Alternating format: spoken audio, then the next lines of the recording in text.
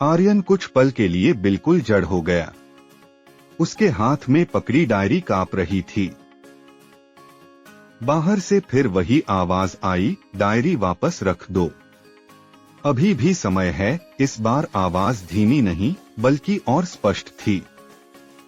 आर्यन ने हिम्मत करके दरवाजा खोला। बाहर कोई नहीं था। लंबा अंधेरा गलियारा खाली पड़ा था। सिर्फ खिड़की से आती हवा पुराने पर्दों को हिला रही थी। लेकिन फर्श पर कुछ था, गीले पैरों के निशान। निशान ऐसे थे जैसे कोई बारिश में भीगकर अभी अभी वहां से गुजरा हो। आर्यन का गला सूख गया। वह उन निशानों के पीछे पीछे चलने लगा। निशान सीधे दादी के कमरे के सामने वाली बंद स्टोर रूम तक जा रहे थे। यह कमरा वर्षों से बंद था।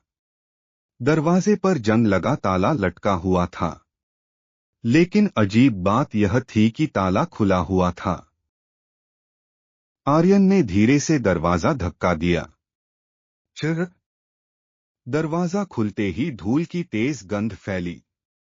कमरे में पुराने बक्से, टूटी कुर्सियां और दीवार पर टंगी एक तस्वीर थी। तस्वीर देखकर आर्यन के पैरों तले जमीन खिसक गई। तस्वीर में उसकी दादी खड़ी थीं, लेकिन उनके साथ एक छोटा लड़का भी था जिसकी शक्ल बिल्कुल आर्यन जैसी थी। नीचे तारीख लिखी थी 1998। आर्यन का जन्म तो 2009 में हुआ था। ये कैसे हो सकता है, वह बुदबुदाया।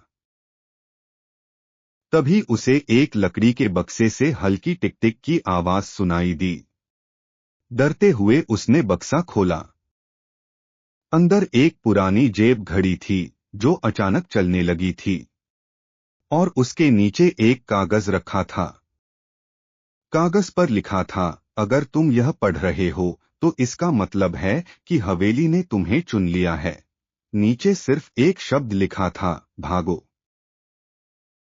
उसी क्षण घर की सारी लाइटें जलने बुझने लगीं, और पीछे से किसी ने बहुत धीमी आवाज में कहा, अब बहुत देर हो चुकी है आर्यन। इस बार आवाज उसकी दादी की नहीं थी। यह आवाज बिल्कुल उसकी अपनी थी। जारी रहेगा।